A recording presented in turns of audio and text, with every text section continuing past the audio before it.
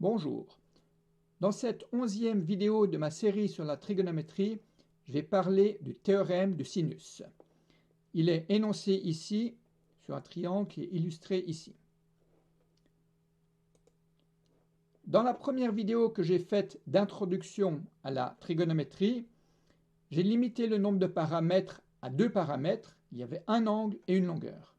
Ici, on généralise et on accepte un triangle quelconque, avec des angles qui peuvent être aigus, obtus, aucun angle droit, il n'y a aucune contrainte sur le triangle.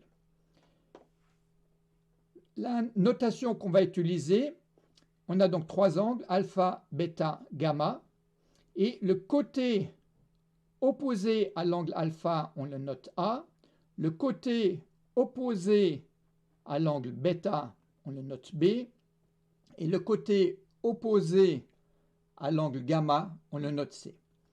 Avec ces notations, le théorème du sinus nous dit que la longueur du côté A divisé par sinus alpha est égale à la longueur du côté B divisé par sinus bêta, qui est égale à la longueur du côté C divisé par sinus de gamma. On aurait pu, à la place d'écrire A, longueur du côté opposé à l'angle alpha. Ici, longueur du côté opposé à l'angle bêta et longueur du côté opposé à l'angle gamma. Dans cette vidéo, je vais justifier ceci à l'aide du dessin. Ce sera une petite démonstration. Dans la prochaine vidéo, je donnerai une autre démonstration et une petite adjonction au théorème.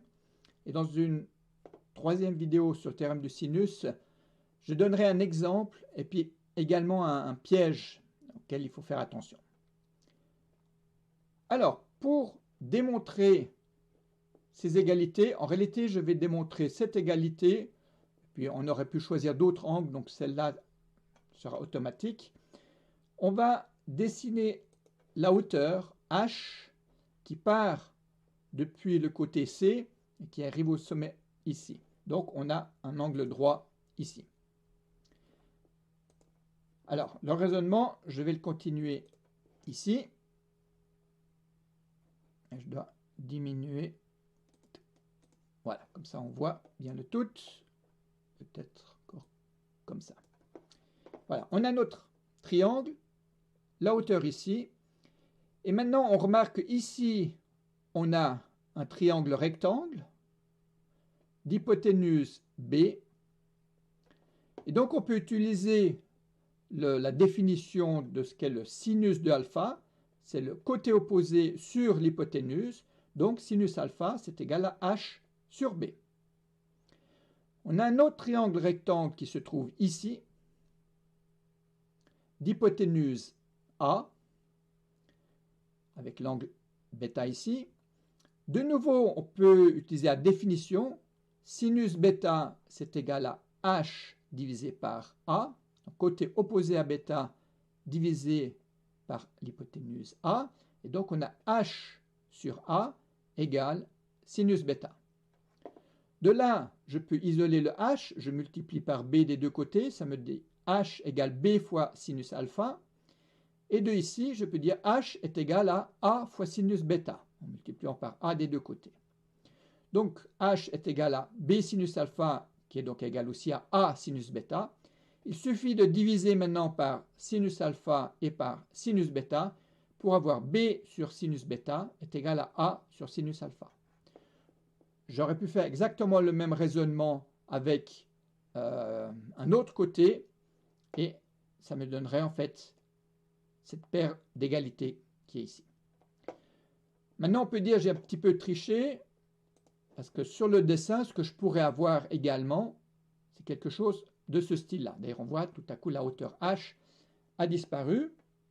Ce que je peux faire pour la faire réapparaître, je prends une droite ici qui passe par A et B. Et puis maintenant, je prends une perpendiculaire qui passe par C et qui soit perpendiculaire à ça.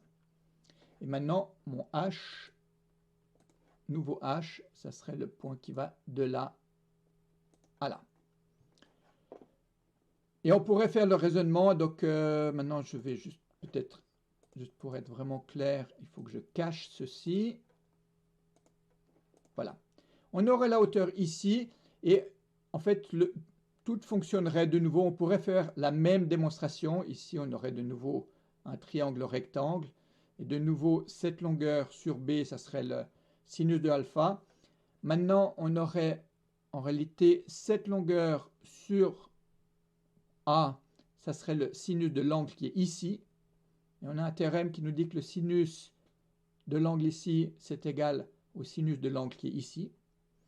Et donc, on peut refaire la démonstration dans ce cas-là. Je n'ai pas rentré dans les détails ici, mais ceci est valable en toute généralité. Bien, dans la prochaine vidéo, je donnerai une autre démonstration et une petite généralisation. Je m'arrête ici. Merci, au revoir.